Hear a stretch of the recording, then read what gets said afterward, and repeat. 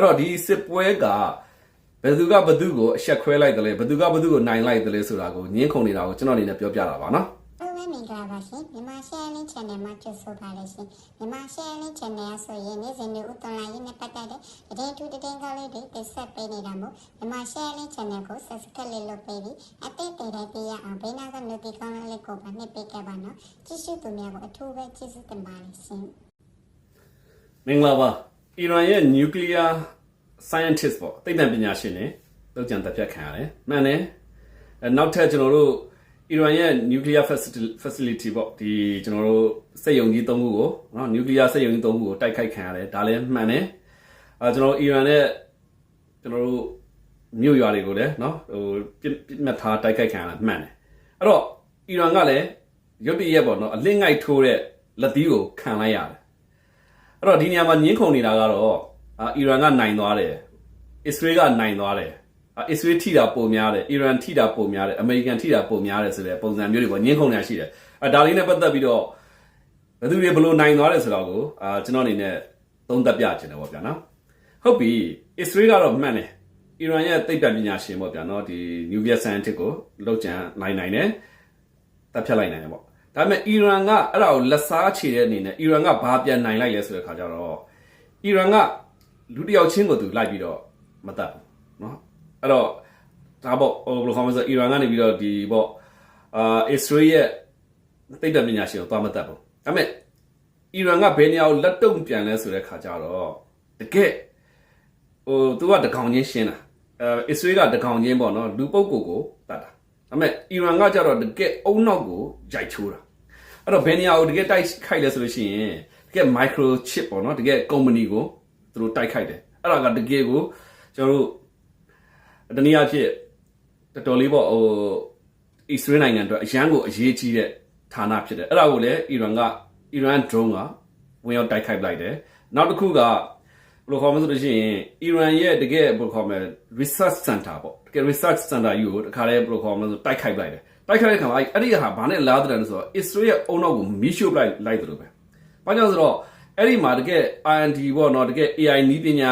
ာအာကာသနည်းပညာတကယ်နည်းပညာတွေကို research မျိုးဆက်အလိုက်ထားတဲ့ဌာနကြီးဖြစ်တယ်အဲ့ဒီဌာနကိုတိုက်ခိုက်တယ်တိုက်ခိုက်လိုက်တဲ့ခါကျတော့အီရန်ကတော့သိပ္ပံပညာရှင်တယောက်ပဲပေးလိုက်ရတာအီရန်ကပေးလိုက်ရတာပေါ့နော်အစ္စရေးကじゃဘာကိုပေးလိုက်ရဆိုခါကျတော့သူ့ရဲ့အုံနောက်ကြီးတစ်ခုလုံးကိုမီးရှို့လိုက်လို့ခံစားအဲ့နေရာကိုတခါလဲစော်လိုက်တာတခါလဲလုံးဝအကုန်လုံးပျက်စီးသွားတယ်ပေါ့နော်အဲ့မှာအစ္စရေးကိုယ်တိုင်ပြောရတာပါနော်သူတို့ရဲ့မျိုးဆက်လိုက်ရှာဖွေထားတဲ့တကယ်ဒီသူတေသနာတွေပေါ့နော် PhD တကယ်ဒေါက်တာဘွဲ့တွေနဲ့ဒီဒေါက်တာဘွဲ့တက်နေတဲ့သူတွေနိုင်ငံတကာနဲ့ NASA နဲ့ချိတ်ဆက်နေတဲ့ဌာနကြီးတစ်ခုလုံးဟာပျက်စီးသွားတယ်အဲ့တော့ဘယ်သူကမြတ်သွားလဲဆိုတဲ့ခါကျတော့ဟုတ်တယ်အပေါ်ရန်အဖြစ်ကြည့်ရင်တော့အီရန်ရဲ့nuclear သိပ္ပံပညာရှင်1ယောက်2ယောက်ပေါ့ဗျာဒီလိုမျိုး4 5 6ယောက်သေသွားတယ်သို့ပါတော့လည်းပဲအီရန်ကတိုက်ခိုက်တဲ့ကောင်တကယ်ဒီအုံနောက်ကိုတိုက်ခိုက်လိုက်တယ်ဟုတ်ပြီအစ္စရေးရဲ့လေယာဉ်တွေကအီရန်ကောင်းကင်ကိုစုံမထားတာမှန်တယ်ဒါမဲ့လည်းအီရန်ကဘယ်ကိုပြန်တိုက်ခိုက်လဲဆိုတော့တကယ် air base ကိုတိုက်ခိုက်တယ်အဲ့တော့လေယာဉ်ဆိုတာကွင်းမရှိရင်ပြန်လို့မရဘူးလေနော်တချို့လေယာဉ်တွေကကွင်းမရှိလည်းပြန်လို့ရတယ်အဲ့တော့လေယာဉ်ကွင်းကိုအီရန်ကတိုက်ခိုက်ပါတယ်အဲ့ဒီတချို့လေယာဉ်ကွင်းဆိုလို့ရှိရင်ကလည်း nuclear ကိုတည်နိုင်တဲ့တကယ်လေယာဉ်တကယ် strategic aircraft တွေထားတာပါနော်အဲ့ဒါတွေကိုအဲ့နေရာတွေကိုအီရန်ကတိုက်ခိုက်လိုက်တယ်အဲ့တော့တိုက်ခိုက်မှုကဘာတပြန်ကြားတပြန်ပဲဆိုတာကျွန်တော်ပြောပြချင်တာနော်အဲ့တော့နောက်ထပ်အီရန်ကလည်းထိခိုက်မှုတွေအများကြီးရှိခဲ့တယ်စီးပွားရေးနဲ့ပတ်သက်ပြီးအဲ့တော့ကိုအီရန်ကလက်တုပ်ပြန်တဲ့အနေနဲ့ဘယ်ကိုတိုက်လဲဆိုတော့ stock exchange ကိုတကယ်ကမ္ဘာရဲ့တကယ် hack ပေါ့နော်တကယ်ဒီစီးပွားရေး exchange ကြီးကိုစော်လိုက်တဲ့ခါမှာဘာတပြန်ကြားတပြန်ဆိုတော့ကျွန်တော်ပြောပြချင်တာနောက်ထပ်ဘယ်နေရာကြီးထပ်တိုက်ခိုက်သေးလဲဆိုလို့ရှိရင်ကျွန်တော်တို့အစ္စရေးရဲ့ဒီထောက်လန်းရေးအကြောင်းပေါ့နော်တကယ်ထောက်လန်းရေးအကြောင်းထောက်လန်းရေးတွေမွေးထုတ်ပေးနေတဲ့အကြောင်းကြီးကိုတခါတည်းစော်ထည့်ပလိုက်ပြန်အဲ့တော့ဘာမှပြန်ကြားရပြန်နော်နောက်ထပ်ဒီအစ္စရေးရဲ့ဘယ်လိုခေါ်မလဲဆိုတော့ကျွန်တော်ကြည့်ရသလောက်ဆိုလို့ရှိရင်အစ္စရေးရဲ့ကာကွယ်ရေးဌာနဆိုတာတကယ်ဒီစစ်ရေးအဖြစ်အုံနောက်ပေါ့ဒီအုံနောက်ကိုပဲရိုက်ချိုးပလိုက်တာအဲ့တော့ဘာတွေပြန်ကြားလိုက်ပြန်တဲ့ဒီအီရန်လည်းမရှုံးခဲ့ပါဘူးဆိုတော့ပြောပြချင်တာပေါ့နော်အဲ့တော့ဘသူကပိုရှုံးတယ်လဲဆိုတာကတော့ခင်ဗျားတို့စဉ်းစားစေချင်တာအဲ့တော့အီရန်ရဲ့တိုက်ခိုက်မှုကစစ်ထောက်လိုင်းကြီးကိုတိုက်ခိုက်တယ်နော်အစ္စရေးကတော့လူပုဂ္ဂိုလ်တယောက်ချင်းသူလိုက်တတ်တာပါနော်အဲ့တော့အီရန်ရဲ့တိုက်ခိုက်မှုက nuclear facility စွမ်းဆောင်နိုင်တဲ့လေယာဉ်ကွင်းကိုတိုက်ခိုက်တယ်လေယာဉ်ကွင်းနဲ့တိုက်ခိုက်ခံလိုက်ရတယ်ဟုတ်လားနောက်ထပ်ကာကွယ်ရေးကိုလည်းတိုက်ခိုက်တယ် တော့စီးပွားရေးအားဖြင့်လည်းအီရန်လည်းဆုံးရှုံးပါတယ်အဲ့တော့စီးပွားရေးအားဖြင့်အစ္စရေးရဲ့ဆုံးရှုံးမှုပြန်ကြည့်တဲ့ခါကျတော့တကယ်ဘယ်လိုခေါ်မလဲကျွန်တော်တို့အစ္စရေးနိုင်ငံအကြီးဆုံးရေနံတန့်စင်တဲ့စက်ရုံကိုတိုက်ခိုက်လိုက်တယ်နော်အစားအစာထောက်ပံ့တဲ့ဒီစက်ရုံကြီးကိုလည်းထိုက်ခိုက်လိုက်တယ်အဲ့တော့ထိခိုက်မှုကဘာတွေပြန်ကြားလို့ပြန်ဘယ်သူရှုံးလဲဘယ်သူနိုင်လဲဆိုတော့ခင်ဗျားတို့ကျွန်တော်တို့ကတော့ဒါငင်းခုန်နေရမှာပေါ့ဗျာနော်အဲ့တော့ကျွန်တော်တို့ကြည့်တာပေါ့အီရန်ရဲ့တိုက်ခိုက်မှုကလည်းဒီနေရာမှာအစ္စရေးကိုဘယ်လိုခေါ်မလဲဆိုတော့အရှက်ရသွားစေတယ်အစ္စရေးကသူ့ရဲ့ဒီဒုံးကာစနစ်ဒုံးကာစနစ်ကြီးပါတိုက်ခိုက်ခံရတာအဲ့တော့ဘယ်လိုတိုက်ခိုက်လဲဆိုတဲ့ခါကျတော့အီရန်ကိုကျွန်တော်ဒီနေရာမှာချီးကျူးတာပါလဲဆိုတော့လေအီရန်ရဲ့ဒီပေါ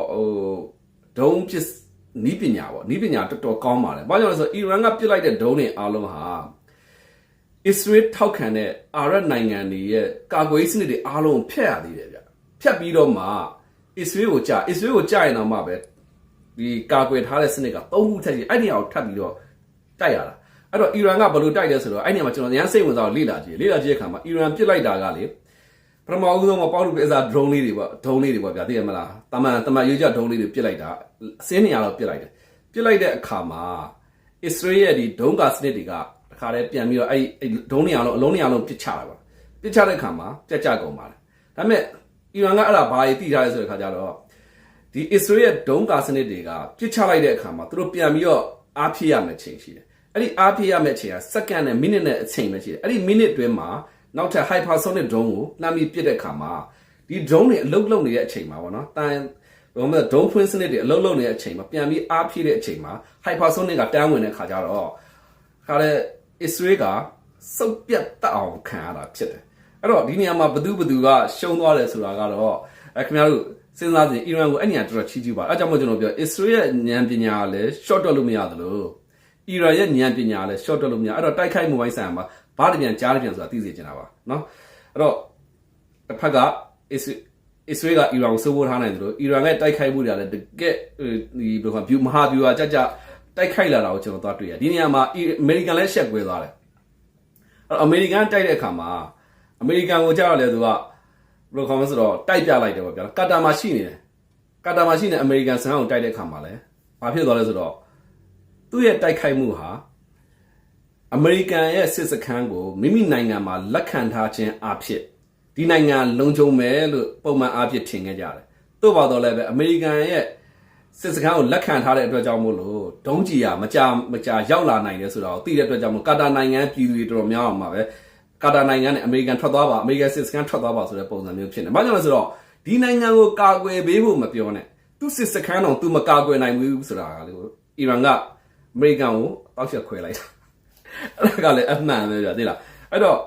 ဒီနေရာမှာအမေရိကန်အနေနဲ့ကလည်းသူ့မှာစစ်သုံးစရိတ်ကလည်းဒီတခြားနိုင်ငံတွေကဝင်ပါမှာမဟုတ်တဲ့အတွက်ကြောင့်မို့လို့အမေရိကန်အနေနဲ့စစ်တွက်လည်းအစင်းသင်းမဖြစ်သေးတဲ့အကြောင်းအဲ့တော့အီရန်ကလည်းအမေရိကန်ကစစ်ထဲကိုဝင်ပါလာပြီးရင်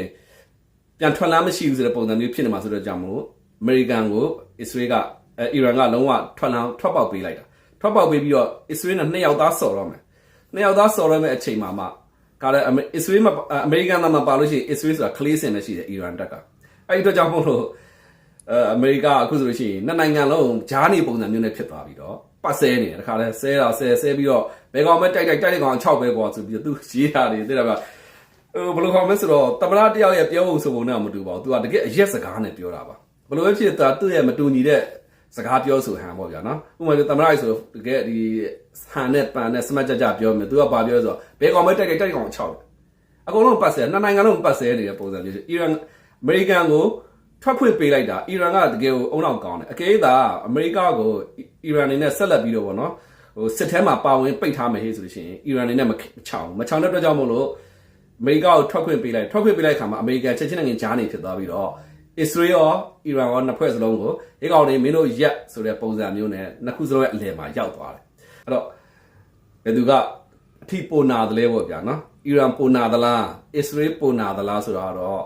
့ခင်ဗျားတို့ကျွန်တော်တို့ဆက်လက်ပြီးညှင်းခုန်ကြပါကျွန်တော်ကတော့ကျွန်တော်သိရှိသမျှကို share ပေးခြင်းဖြစ်ပါတယ်ဒါတော့မှကျွန်တော်အကုန်လုံးခြုံငုံပြီးတော့ဒီ7 minute နဲ့ကျွန်တော်အရာဘယ်လိုခေါ်မလဲဆိုလို့ရှိရင်ရှင်းပြတာပေါ့ဗျာနော်ဟုတ်ပြီရုပ်သံလေးကြည့်အောင်မနော်ဆက်လက်ညှင်းခုန်ရအောင်ဘယ်လိုနိုင်လဲပေါ့ဗျာနော်